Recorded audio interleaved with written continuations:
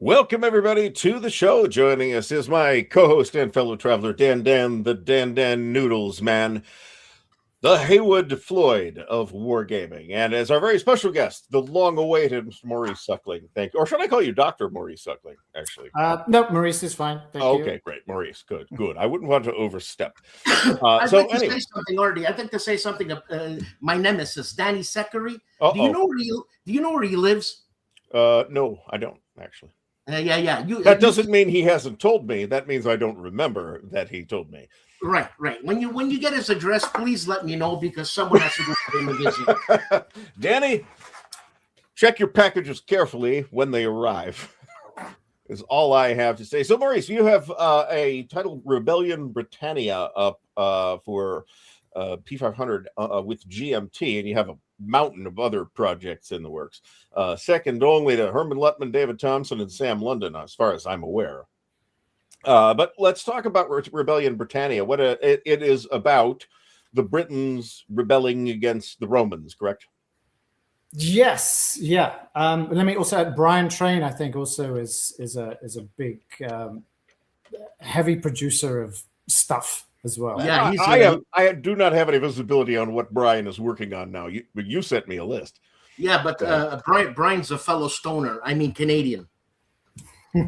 It's been illegal up there for some time, folks, and that explains a great deal. He's from BC, man. It's been legal there for a hell of a long time. All right. So Rebellion Britannia, yes. What interested you in that topic specifically, and what influenced your game design? Yeah, well, okay. So this is a design with a friend of mine, Dan Burt, and this came from the first Consim game jam that what was that, 6 years ago maybe?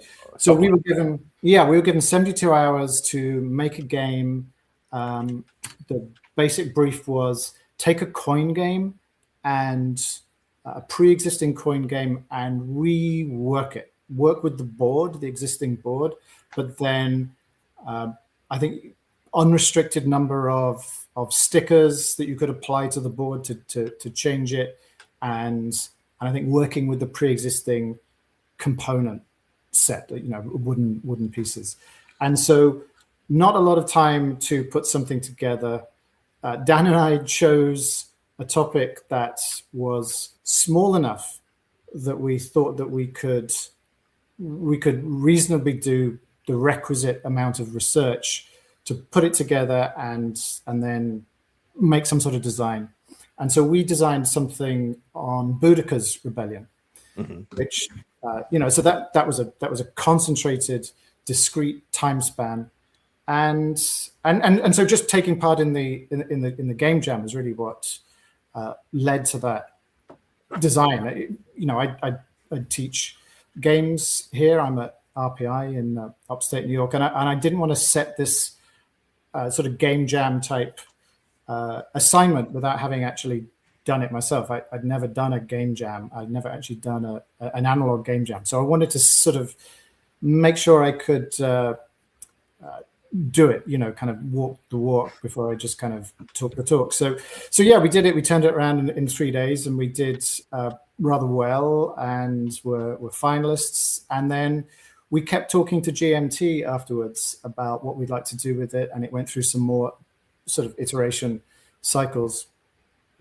And yeah, we kind of pieced it together, and GMT decided to take it on, and to it's now in the development cycle, as you said. It's on P500. It's gone through a few iterations since then. We kind of expanded it out from being purely about that rebellion, that Boudica's Rebellion, and expanded it into the whole series of rebellions that really happened, particularly in the first half of the first century after the Roman invasion. So this isn't a conquest game. The Romans don't come and invade.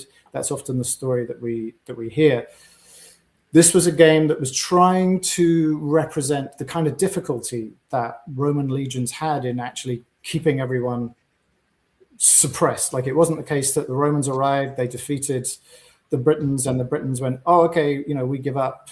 I hope you go in 400 years, and we can all get back to being British."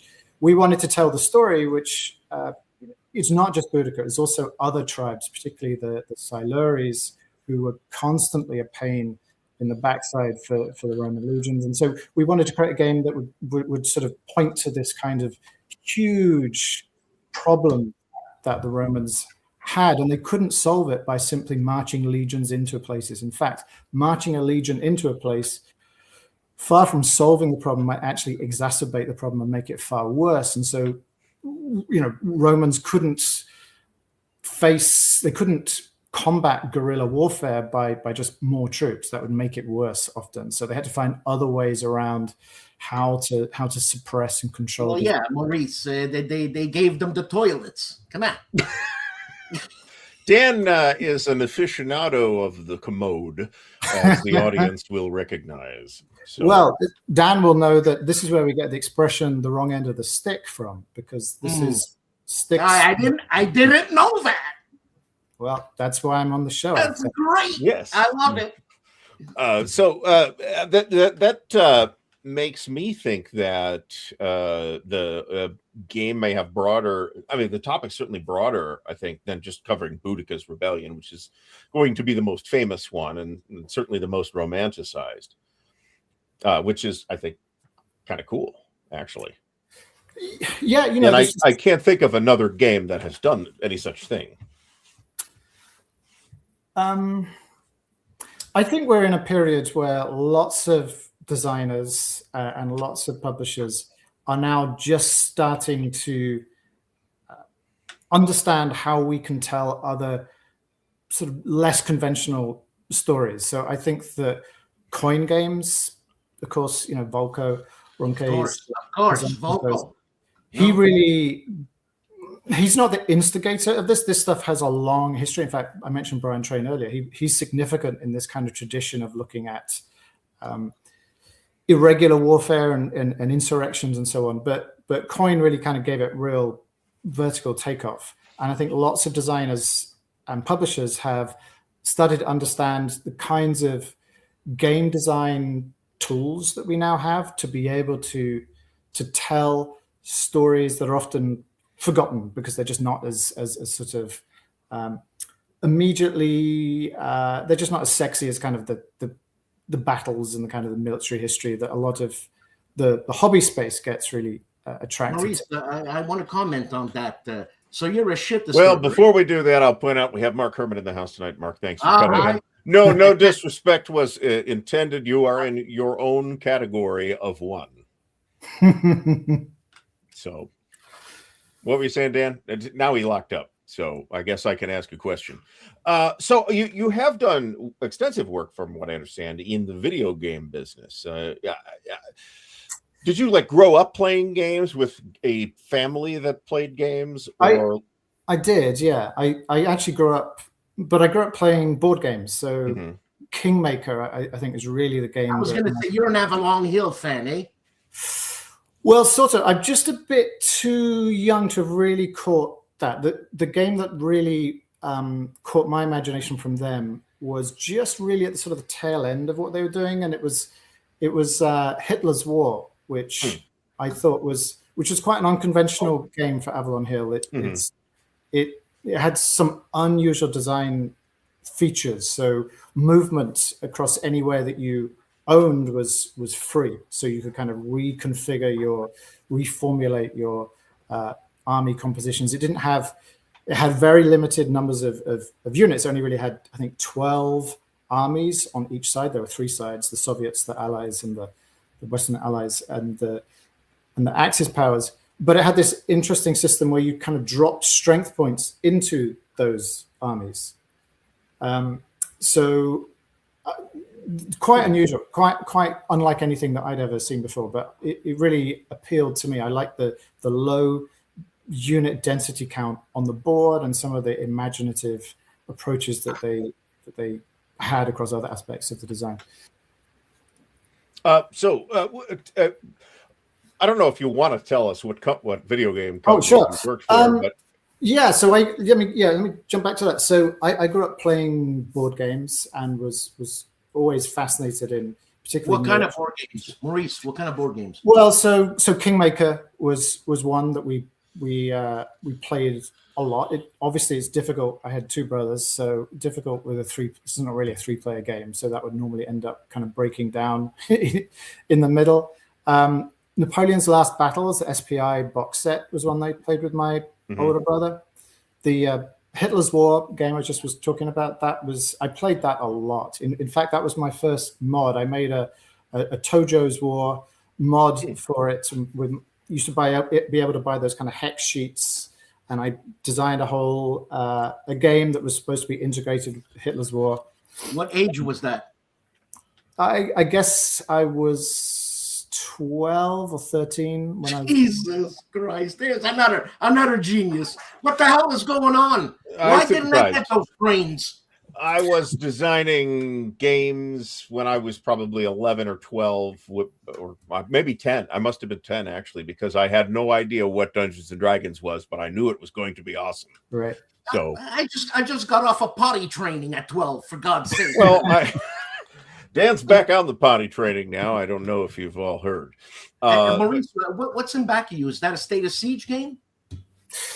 This no. So this is a design in progress. It's called Cabinet Noir. I don't know if you can see it there. It's sort of a bit like a State of Siege game, I guess, but it's multiplayer. So this is a game for a company called Les Trois Zouaves, a new French company. This is about inter and intra-intelligence agency rivalry during Napoleon's empire. So these different tracks represent the different armies encroaching on Paris, but they also represent the Jacobins or the Royalists or assassination attempts on Napoleon.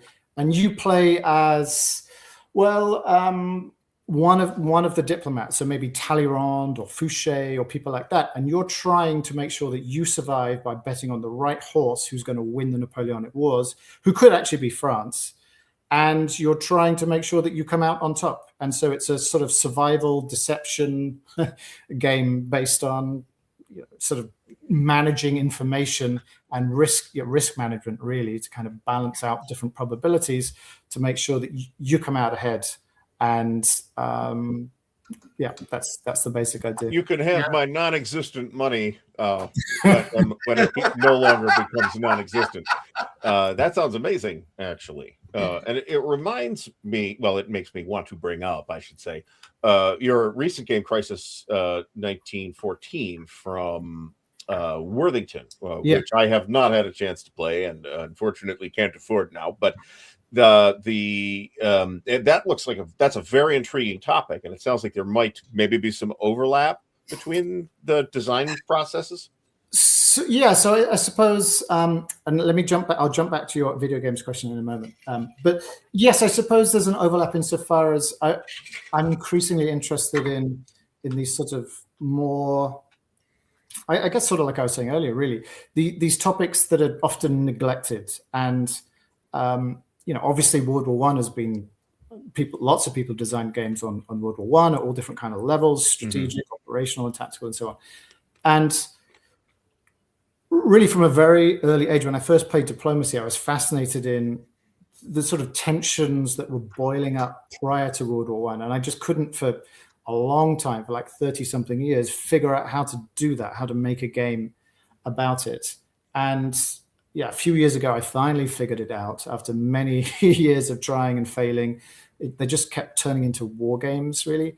I finally figured out how to, one approach that I thought was valid to tackle that, and to really sort of focus just on the July crisis. So that's June 28th is when the Archduke Franz Ferdinand is killed, and then about 6 weeks later, the war happens. And so it's a look at those 6 weeks of rising tension and how different powers approach brinkmanship, really, to make sure that they came out on top, but none of them wants to trigger the war. In this game, if you start the war, you lose.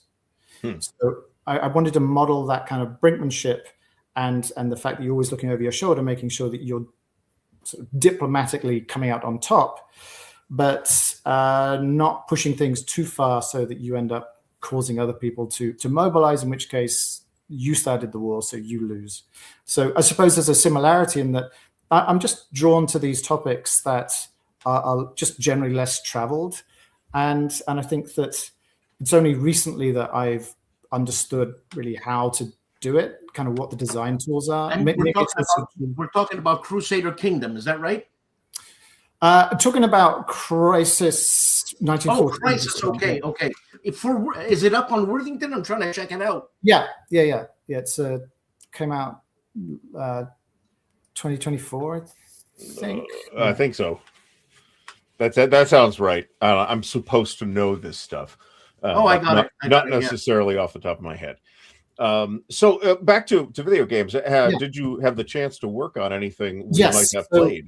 So I was playing board games, like I said, as a kid, and then sort of got swept up into the video game world in my 20s, in my mid to late 20s, around about the time that I needed something to employ me. I was a writer, but also interested in games, and around about that time, games writing became a thing. So my first game was a game called Driver, which was on the PlayStation, came out in 1999. No way!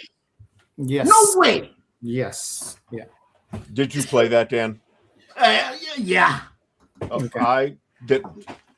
But I was late to come to the PlayStation party. And you were Maurice. You were head designer of that game. No, I wasn't head designer. I was the writer. I wrote the stories. The story. Okay, I got you.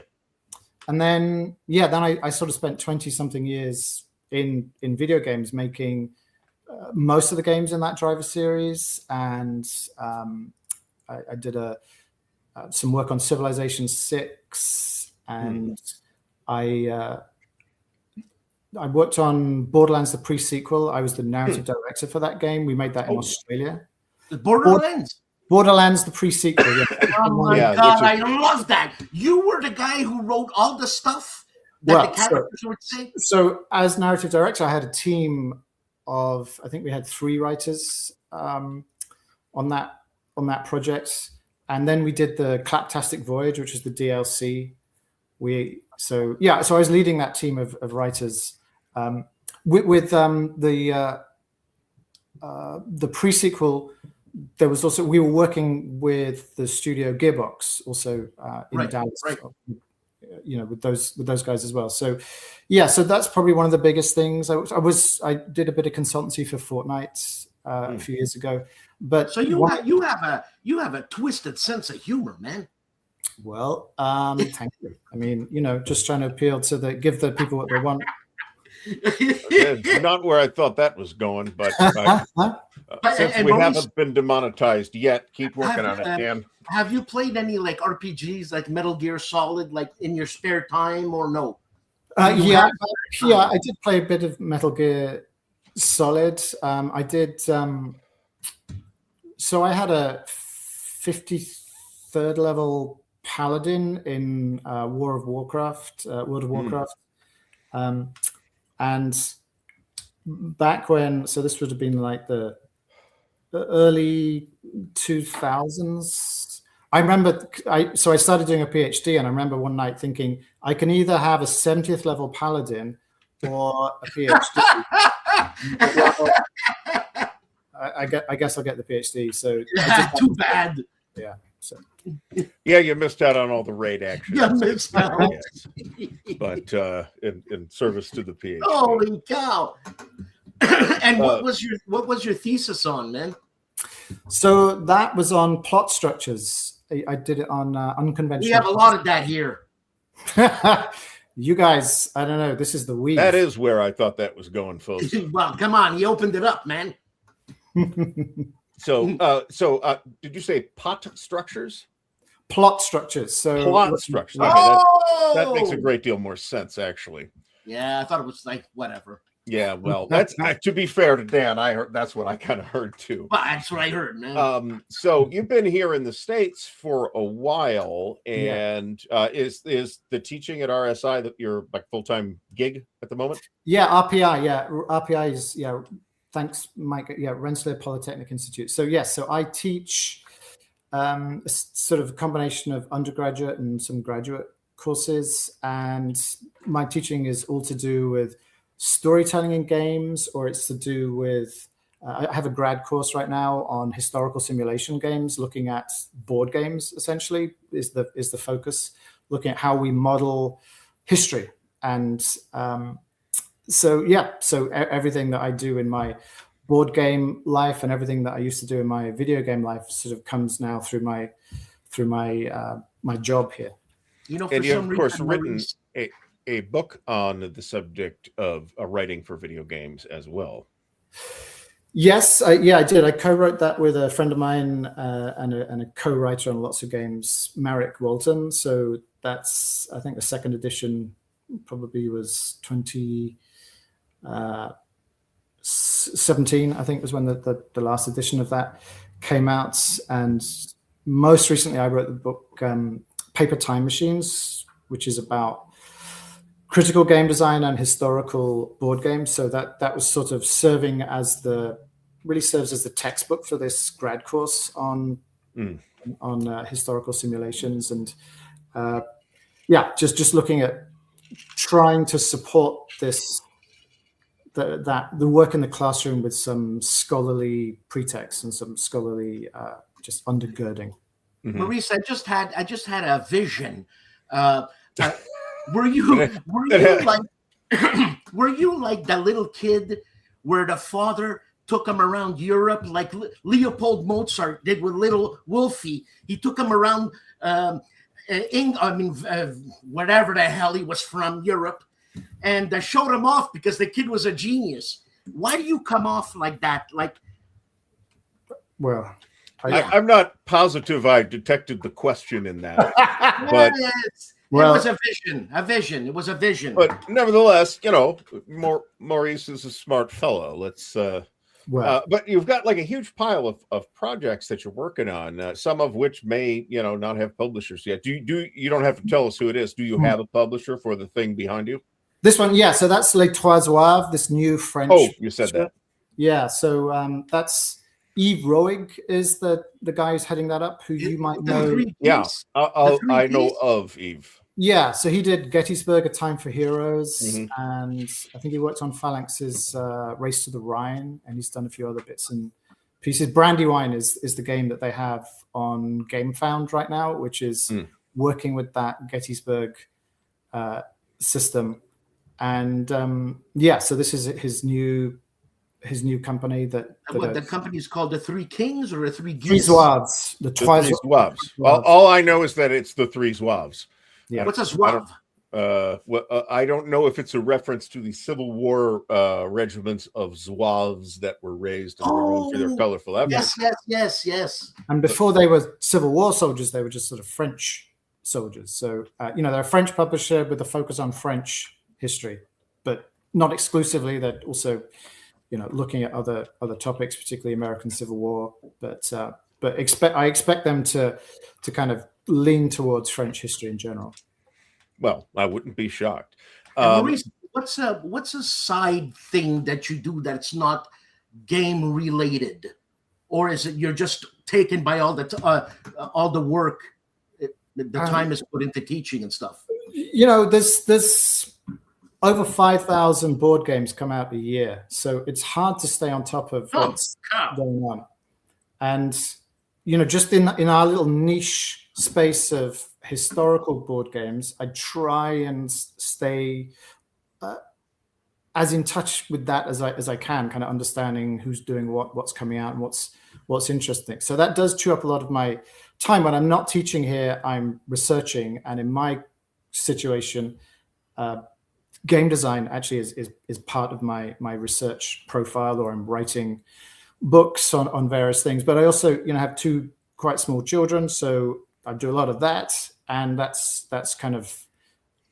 really, by the time I've written stuff, taught stuff, designed some things, played some things, and playing, I try and play a game at least one or two a week, and then doing some dadding. Then there's sort of not much time. I did just start up playing pickleball again, so that also is something I've enjoyed doing. Okay. But okay, go ahead, Artie. Go ahead. So you have a game on the project list called Peace 1905, which sounds like it is at least thematically related to Crisis 1914. So what's the situation? What is the interesting situation there? Okay, so that game is a game I'm designing with 3 others: SP Shaman and Nathaniel Barclay and Bill Sullivan, and that also came out of a Consim Game Jam. That came out of the second one, where we were given, again, 72 hours, and in this case we were given the instruction of no board and a certain, I don't remember whether it was like 52 or 56 cards or something, and go make a game. And so, having learnt the first time with Dan, with the Rebellion Britannia game, that it worked best to have a small, discrete topic so that your research time was not sunk into something that was just inexhaustible. We chose the Treaty of Portsmouth, which Nathaniel was aware of, and it sort of been in my mind as well. This, as you might know, is the treaty that ends the Russo-Japanese War in 1905, and this was appealing not only because it's quite a short, small, discrete topic. The negotiations between the Japanese and the Russian delegates don't take that long, kind of just a couple of weeks, and it didn't really need a board, because we figured out that, well, there are 12 issues that are essentially in that treaty. They could compete over these issues, and we could represent the issues by a deck of cards. And, we took it from there. It's somewhat in sort of channeling some of the Crisis 1914 design, because there's a concept of tension being something that you don't want to escalate. And here, we wanted to model the idea of, hey, look, in a treaty negotiation, this is not a zero-sum situation, right? If I get stuff, but I get too much stuff, if I win too hard, you are probably going to be upset about that, and you might walk away from the negotiations. I need to give you some stuff in return. So it uses a concept of tension, which we have in the Crisis game, but in a different way. So that's just something that you want to make sure that you don't ever get out of hand. Essentially, it boils down to playing cards to compete for issues, and the cards have a value of 0 to 4.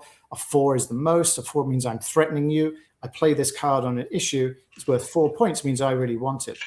If you play a card that's much weaker, say a value of 1, meaning you don't mind so much, well, now there's a 3-point difference, and we turn those 3 points into 3 points of tension. So now you lose the issue, but your tension is ramping. And if I get your tension too high, you're going to walk out, and it's my fault.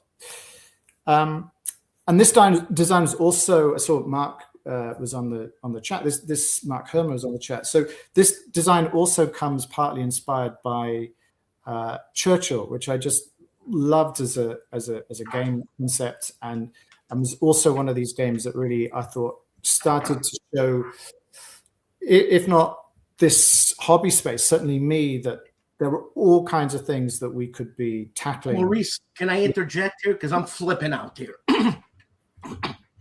So you have the 72-hour shindig. You have no idea what they're going to throw at you. You sit down, the 72 hours are starting, and slap. This is what you got to do. Yeah, that's right. Jesus. And in 72 hours, you came out with all that. Yeah, well, the things we he is a professional game designer, Dan. I mean, no, but Jesus, can you imagine? You know what I would do if they did that? First, I would puke. Then I would go in a fetal position. Are you kidding? Yeah, that's amazing. That's amazing. Well, amazing. Continue. Once it's submitted, we worked away at it. So now this game, Peace 1905 has been picked up by Kevin Bertram at Fort Circle Games, and will go on Kickstarter, I think, later this year. So it should be physically in existence next year. But after we've submitted these games, we get, obviously we keep iterating and kind of improving them. When we released the game through in the competition, it was just a 2-player game, but we've added a single-player variant, and also now there's a 3-player variant. So you get also to play as Roosevelt. Roosevelt won the Nobel Peace Prize for his work on in this treaty. So we wanted to kind of include him as a playable role in the game. And I saw just a comment there, just someone was saying that. So yes, so I actually have been banned from taking part in the. Bloody hell, man! The only way I would win, because all you designers are in the same hotel, right? Is I would start a fire in a couple of their doors in the hotel, and I'm not positive this is a face-to-face get-together either. Yeah, this is all done remotely. This is all just. Too bad. Yeah. So, although it would be a hoot to do it in person, I'm sure, but oh my might God. limit the participation. Yeah, there'd be some physical fights. It actually helped, at least the first time I did it with Dan, my friend Dan. But he was in the UK, I was in the US, and that time difference helped us because it meant that, while I was asleep, he could be working on some stuff, and then he could leave things alone, go do something else, and I could pick up some of the projects and kind of keep and moving you actually forward. slept within those 72 hours. Yeah, there was some sleeping as well. So, but that's what I'm saying is choose a topic that gives you half a chance. So don't choose, I'm going to do, the whole of World War II, right? Choose something discrete enough that you have half a chance of getting your research together in time for you to actually do some design work. So you're not just trying to read quickly, read everything. Wow. I mean, you should run for prime minister, man. I'd vote for you if I was British, for God's sakes, man. You know Mark Carney or what? Well, if there's one thing you're definitely not, Dan, it's British. So, did you guys play that game, Prime Minister? GMT published it? I have not. No. Yeah. No. It's one that I'd like to try. I mean, I like Churchill a lot. I like Congress of Vienna a lot. Not that these are necessarily similar. Yeah, it's different, but I suppose it's similar insofar as it's not about kinetic warfare in any way. But I got to play it with. I played it with Cole Willey and Liz Davidson and Paul Wright. Paul taught us. This was up in. We were all at a conference that Patrick Rail at Bowdoin had invited us to. And anyway, yeah, it was a great evening, and I really I enjoyed that game, particularly with those guys, a lot. So I'm also told by you that you are writing a book on the War of the Ring. Yeah, so that's more of my money that hasn't arrived yet spent. So that is a book that I'm writing with my friend and colleague here at RPI. His name is Christopher Janson, and a few years ago, Paul Booth and Aaron Trammell did a call for papers, kind of projects on the new series that they were doing through Michigan University Press. And these were single volume, roughly 30,000 word books on a single dedicated board game.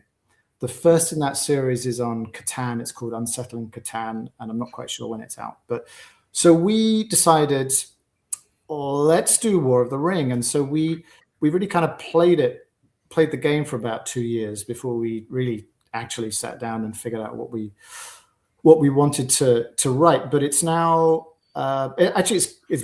it's sort of written. It's in peer review somewhere, I think, and maybe there's some notes and bits and pieces to tidy up, but it's substantially done.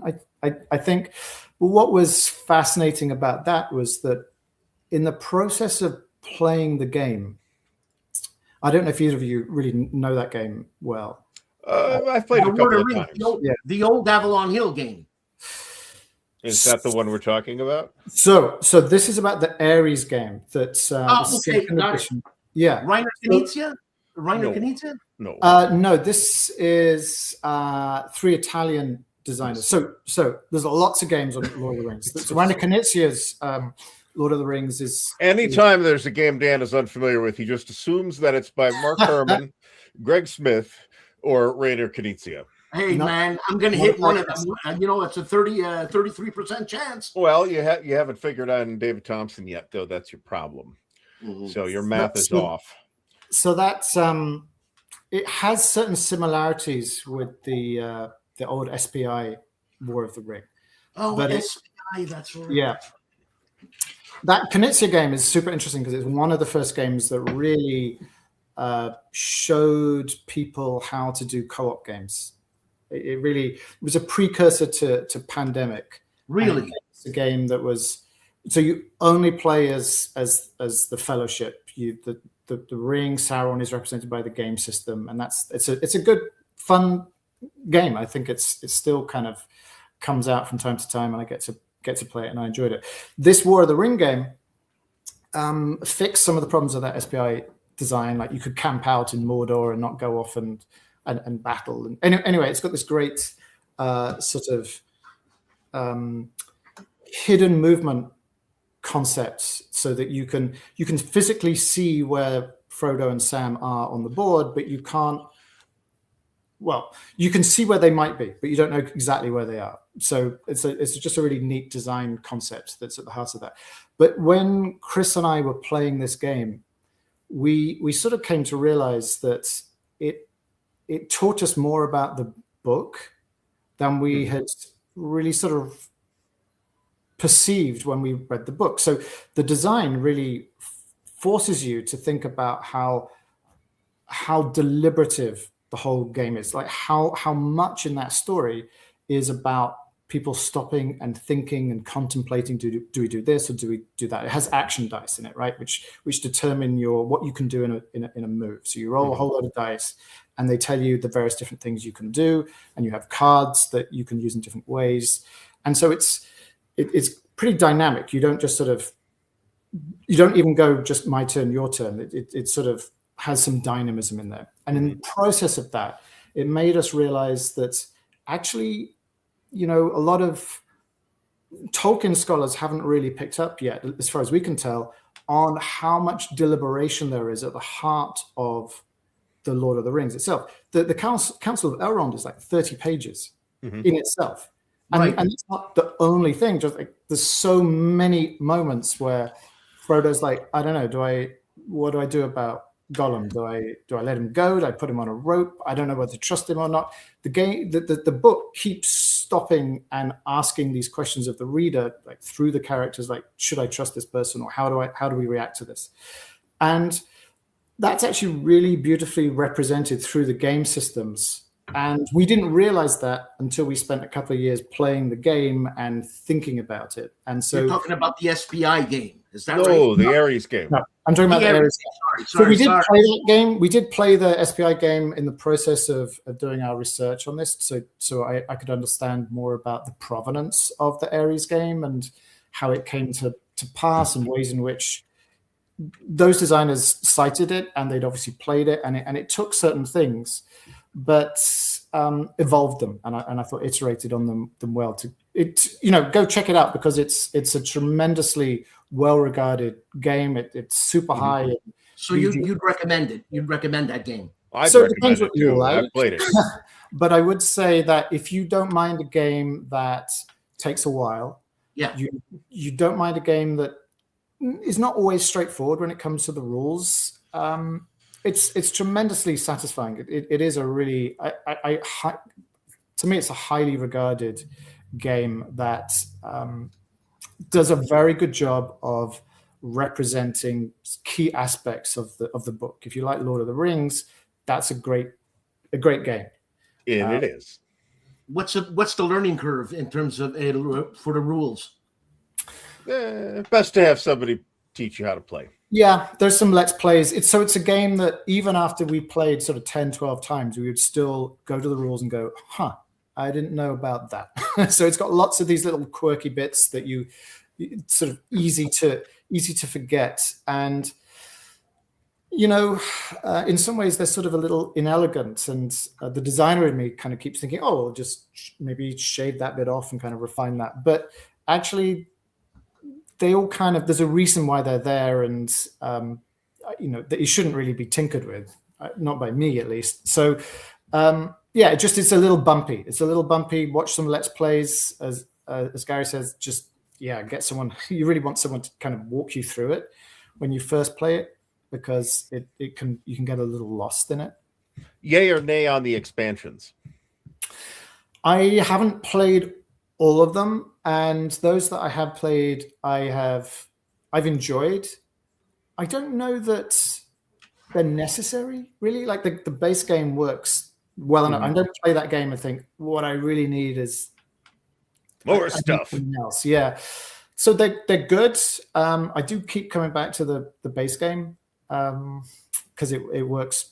It works well enough that I don't feel there's anything missing. So I don't know. But that said, I buy most of those expansions, and at some point or other, I guess I plan to break them out and try them.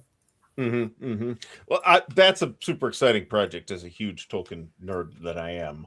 Wow, because the reason why I'm asking is I'm always talking about other than Bobby Bala, my friend always wants to play Carcassonne, but he's a Tolkien freak, and so am I. And maybe I could get him to play this game. Well, don't try the Lord of the Rings customizable card game. I was baffled by it. No, I'm gonna try the War. Played it. I'd also say so. Ian Brody, who you might know as the designer of Quartermaster General, so he also designed a War of the Ring card game, which is much lighter in terms of kind of complexity and kind of time and sort of space that it takes on your table. And I haven't played it as much as the board game, but I also have enjoyed that game. That's also I'd probably start with that, Dan, actually, if it's lower with the card game, because it's a bit of a project, especially if you're figuring it out, and the game, the big War of the Ring game is going to take a fair amount of time for your first several playthroughs. Well, maybe the topic for him might get him into it that's much. That's what I'm telling you. Start him with the card game and then drag him into War of the Ring. Yep, that could be the way to do it. That's my suggestion. Anyway. But no, it's a fascinating topic, and it's interesting. I mean, I have read a little of the Tolkien scholarship, and I've never heard of anyone making that observation before. So, which doesn't mean it isn't there. It just means I haven't seen it. Mm-hmm. Yeah. So are you like when did you first encounter the Lord of the Rings? As a kid, or? Yeah, as a kid. So I grew up in Oxford, and Tolkien is obviously well known in Oxford, and he's buried there, and so I was always aware of it. I think I'm not sure if you remember the cartoon in the 70s. Indeed, I do. Yeah, so I saw that on a big screen when I was about 10. You're talking about Ralph Bakshi? Yeah. And enjoyed that, and was I thought that the orc approach, that kind of blend of photography and animation, I enjoyed that too. Yeah, it was great. And I was just frustrated that it finished when it did, and it didn't kind of. The second part, as he said he was going to do, he never did. Yeah. Right, but had you read the book at that point? No, I didn't read them until I was older, and okay. You must have flipped, man, because I know I flipped when I read that book.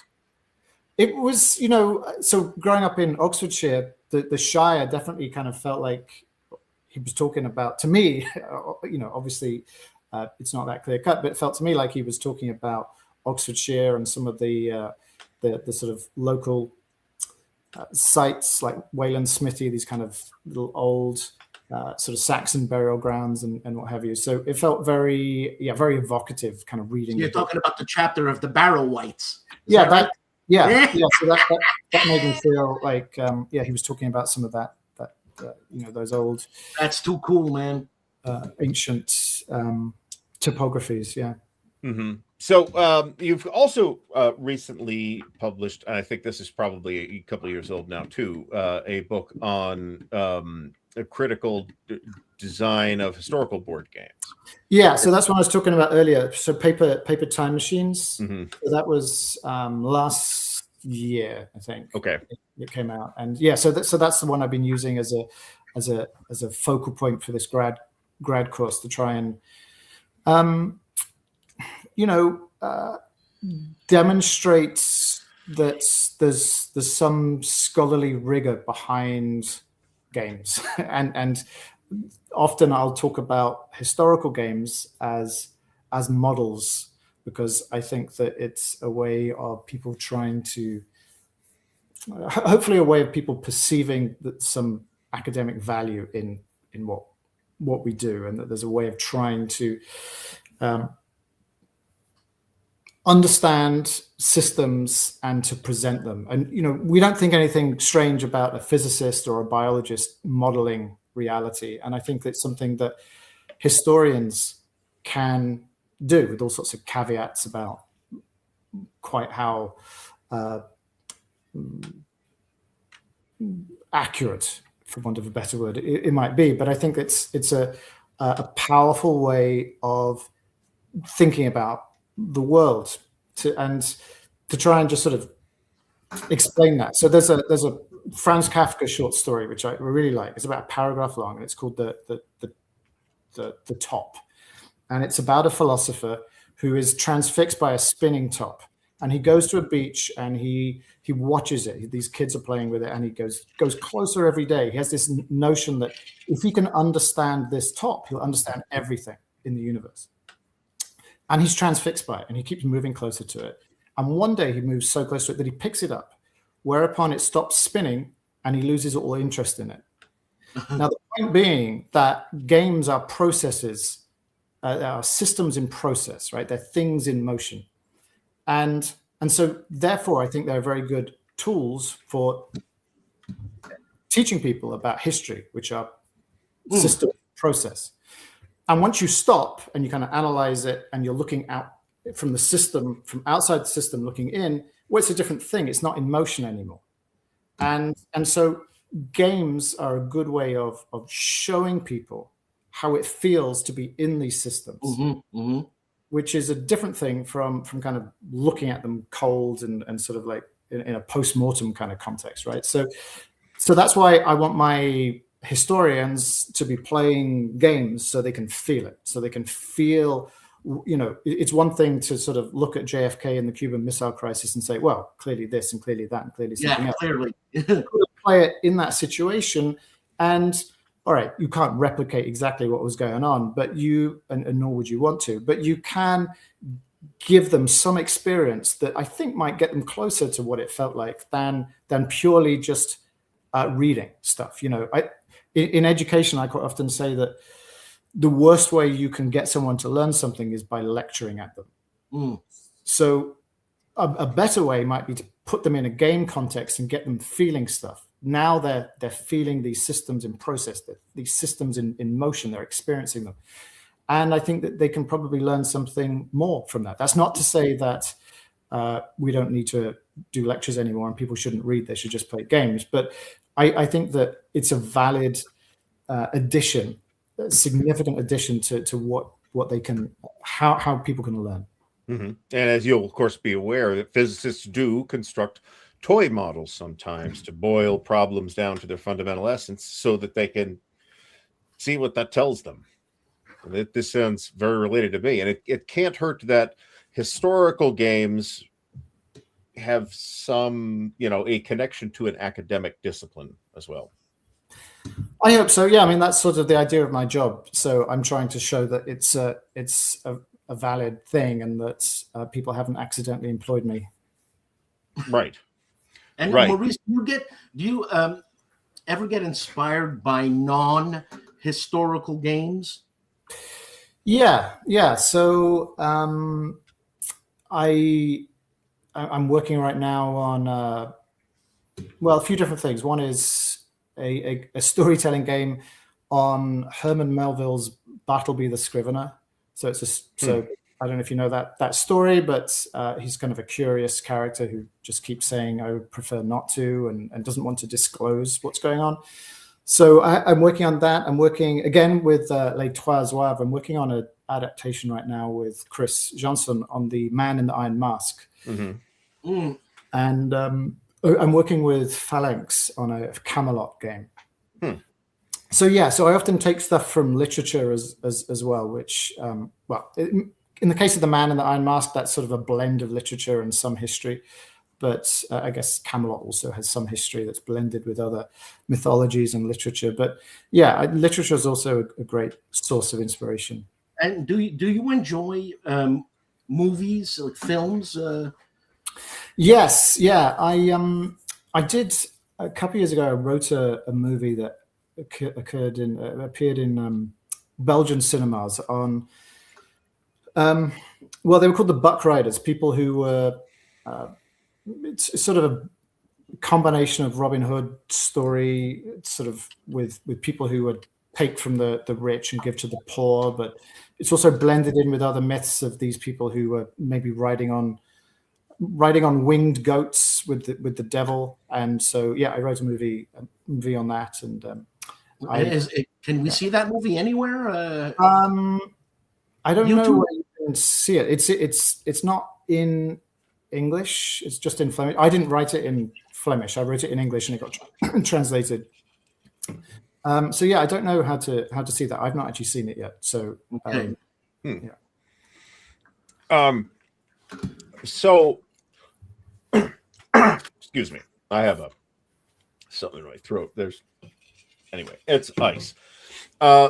So I'm not sure you've gone on at such length and you've anticipated virtually all of my questions.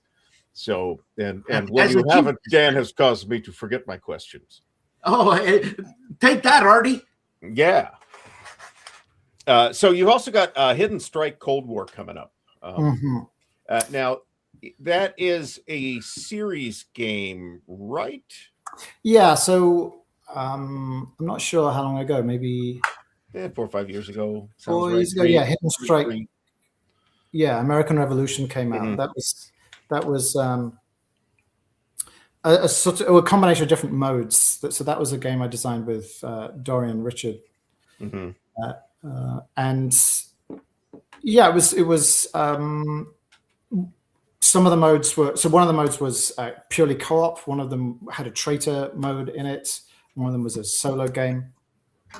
And yeah, I'm just reinterpreting that system for the Cold War, the old one, not the whatever is happening now, with some different elements like submarines and with nuclear missiles and so on, with the idea being that, yeah, there could well be someone who's working for the KGB, but you don't know who they are.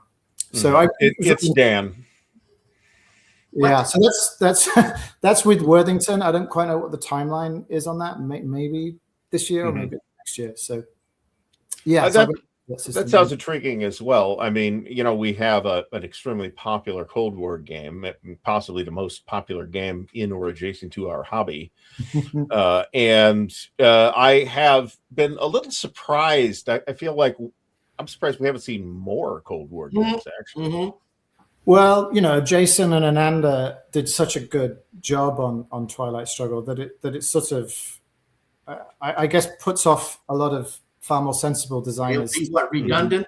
There have been a few since Twilight Struggle, and actually a few before Twilight Struggle. Yeah, I just played 13 days, man.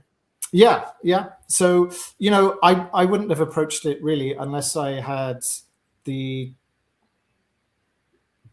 It's not a 2-player game. It's up to 5 players, and it's designed with a hidden traitor mode mechanic being central to that.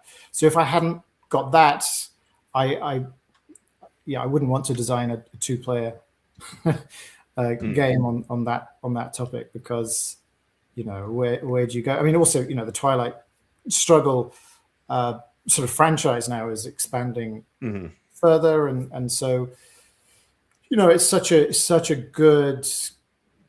good game and such a landmark game that it's difficult to kind of know how to follow it. But and probably if I was wiser when I first designed it was actually 3 or 4 years ago, I probably wouldn't touch it now, because I'm probably a bit too wizened to dare to approach that topic.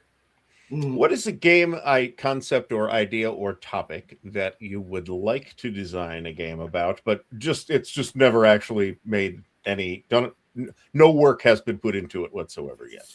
And would it be an RPG? There's lots. Probably not an RPG. There's a game that I've toyed with a few times, but never really got got down to it, which was looking at the global war in 1778. So looking at Britain at war with not just the America, the colonists, of course, but looking at that in a broader context. So Britain also at war with, well, lots of India, with Spain and with the Dutch Republic. So having to, when you think about that war, when you think about 1778 in the British context, there's a great book on this by Piers Mackesy. The colonies are not that important. Like Jamaica, the Bahamas, the Caribbean is far more important because sugar, which is like the 18th century equivalent of oil, cocaine, as the French also knew at the time. As they knew, and Africa and Indonesia and India, Gibraltar, all of these things are sort of much higher up the British priority list than the colonies. And this is a topic that really fascinates me because in a world where communication is difficult, understanding where and when to have your fleets is critical. And of course, Chesapeake kind of proved that. But it's just sort of difficult. I just haven't really progressed with it because, well, it kind of makes sense from a British perspective, from a other player perspective. It's hard to know how you do that. Does everyone kind of play a little piecemeal part? Someone's the colonist, someone's the Spanish, someone's the Dutch Republic. I don't know. It's all kind of a bit messy. There are different approaches, but I just haven't got to it yet. And there's always other things to kind of. Maurice, I have a question about the time in 1778. The Ottoman Empire was happening, right?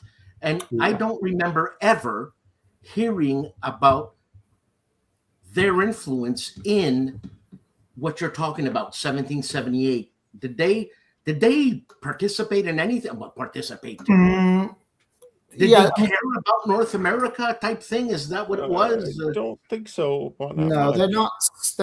They're kind of. I'm sure you've heard that phrase, "the sick man of Europe." They're starting to be a little sickly at that point. Don't forget that.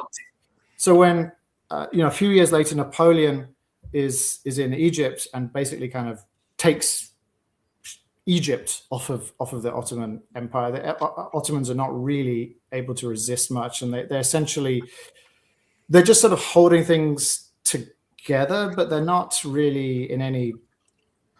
They're not a strong state. Okay. And colonies are expensive, at least at first. Yeah. Well, I mean, you don't care about a colony, if they die, they die. Just keep a few of them alive to get sugar. Well, there's probably a bit more to it than that. You know what I'm saying? And this is true too. And they would fight them again later, not long afterwards. As Mike said, as Mike Anthony said, they're also frequently at war with Russia, and that sort of going on, off and on, or sort of constant Russian pressure, occasional French and British pressure, and of course that leads to the Crimean War, and you could say it never really got resolved or never has been resolved exactly. And what is an excellent game that you've played lately? Doesn't matter what kind of game.